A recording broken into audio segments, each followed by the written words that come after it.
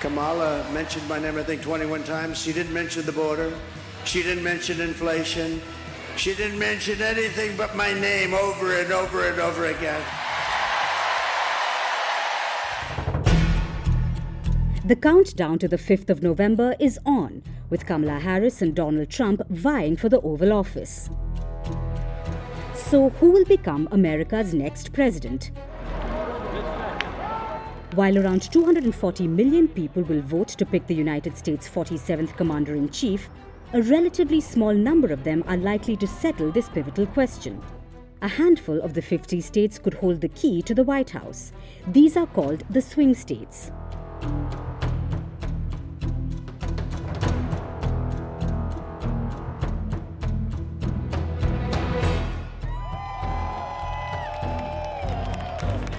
As the name goes, they could swing either Democrat or Republican. They're also known as battleground states or purple states. They could potentially be won by either candidate. So parties tend to spend disproportionate amount of time, resources and energy on bagging these states.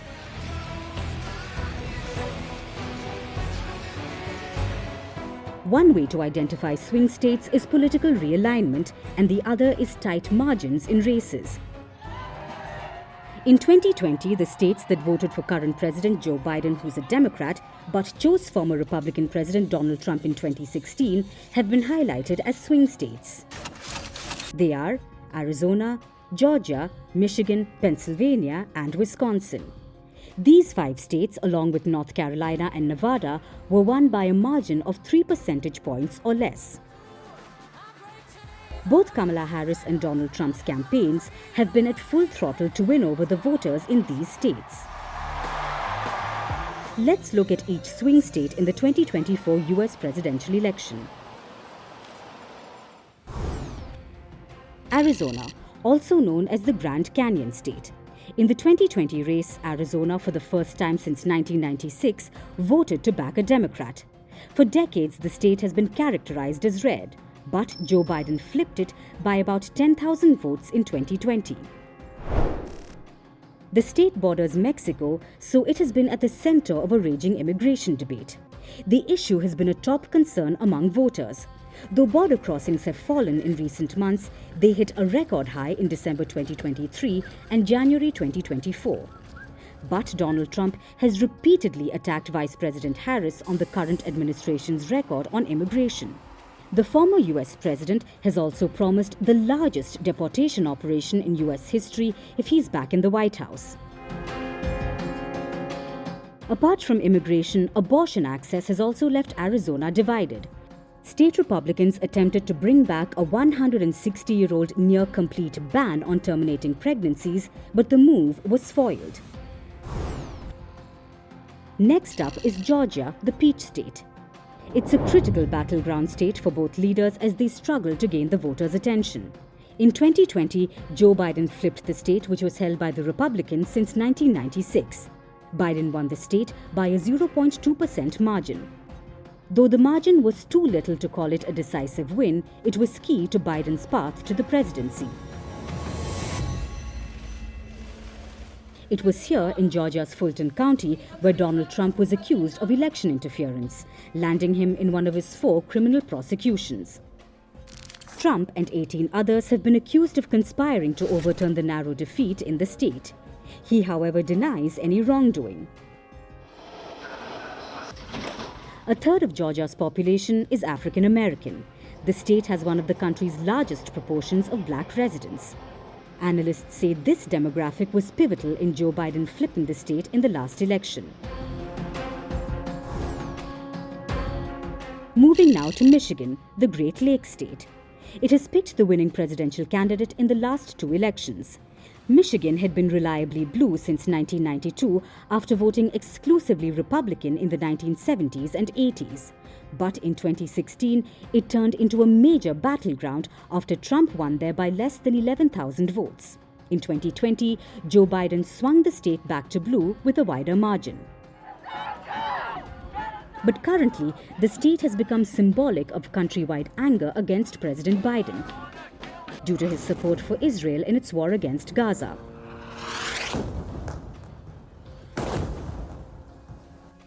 During the Michigan Democratic primary contest in February, when Joe Biden was still running for a second term in office, over 100,000 voters chose uncommitted on their ballots. Kamala Harris has taken a slightly tougher stance on Israel.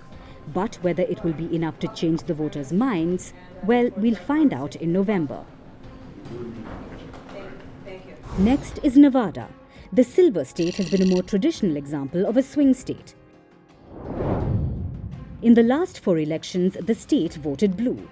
But Nevada voted Republican from the 1960s through the early 2000s. The only exception was Bill Clinton, who won the state in 1992 and again in 96. Experts say there are signs of a possible return to its Republican roots. Both Kamala Harris and Donald Trump are hoping to win the state's sizable Latino population.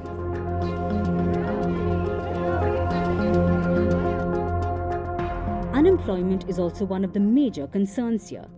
The state has the highest unemployment rate in the US at 5.1% after California and the District of Columbia.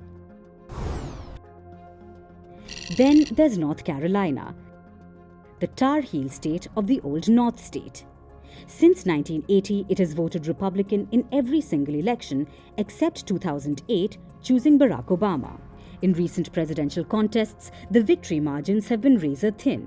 In 2020, the victory margin in North Carolina was just 1.3%. Poll pundits say it will be a toss-up in November, since the race is extremely tight with no clear winner. The 6th on the list of swing states is Pennsylvania. With 19 electoral votes, it's the most important swing state this November. The Keystone State clinched the presidency for Joe Biden in 2020. The big question is, can Kamala Harris keep it blue? Both sides have campaigned hard in the state. Donald Trump even survived an assassination attempt here after a bullet dodged past him and hurt his ear.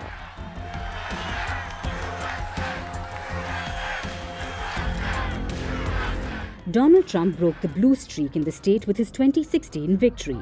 But 4 years later, in 2020, Biden secured a blue wall that also included Michigan and Wisconsin. Now Trump is hoping to lure Pennsylvania voters back. The 7th and final one is Wisconsin, the Badger State. It also picked the winning candidate in both the 2016 and 2020 elections, but only by a margin of around 20,000 votes each time. Since 1988, Wisconsin had been a reliably blue Rust Belt state. Trump broke that streak in 2016 and turned it red. Analysts say it's states like Wisconsin where an impact could be made by third-party candidates. Among them is Green Party's Jill Stein. The Democrats have been fighting to remove her from the ballot in Wisconsin, saying that the Green Party did not comply with the state election laws. Republican candidate Donald Trump has described the state as really important. He said, and I quote, "If we win Wisconsin, we win the whole thing." The Republican National Convention was held in Milwaukee. Kamala Harris was also rallying in the same city when the Democratic Convention nominated her as their presidential candidate. In the United States, when a sitting president is up for a re-election, fewer states tend to change parties. In the past 8 US presidential elections, the 1992 election had the highest number of states that switched sides. 22 states flipped. It's often called the year of political realignment, when Democrat Bill Clinton defeated incumbent President George H. Bush. In 1992, states including Colorado, Maryland, and even California, which had voted Republican for years, chose to go blue, and then reliably stayed that way for the next decade. Can 2024 be another year of political realignment in US history? Well, we'll find out on the 5th of November.